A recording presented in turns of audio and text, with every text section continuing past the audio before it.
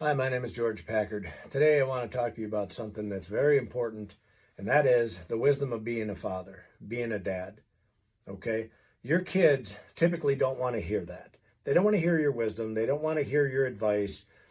Sometimes they'll come to you, but they usually don't like the answer that you're going to give them. They can come to you with their problems all day long if you're lucky enough to have them do that. A lot of kids today will just try to solve things on their own. I have a son that's like that. He wants to solve everything on his own. Occasionally, he comes to me for advice. Usually, it's his mother. But his father's advice is much more important.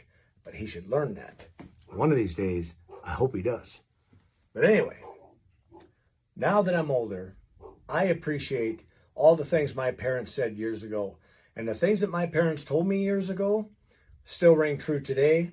And I didn't realize it though. I was one of those guys that went on my own and had to do everything my way. I ended up sleeping under a park bench, completely homeless.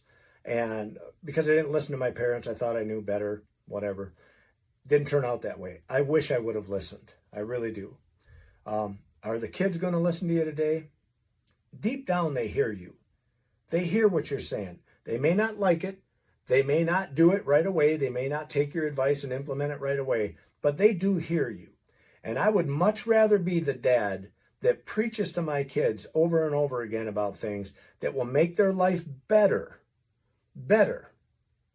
Not what makes them happy today. I preach what's going to make your life better.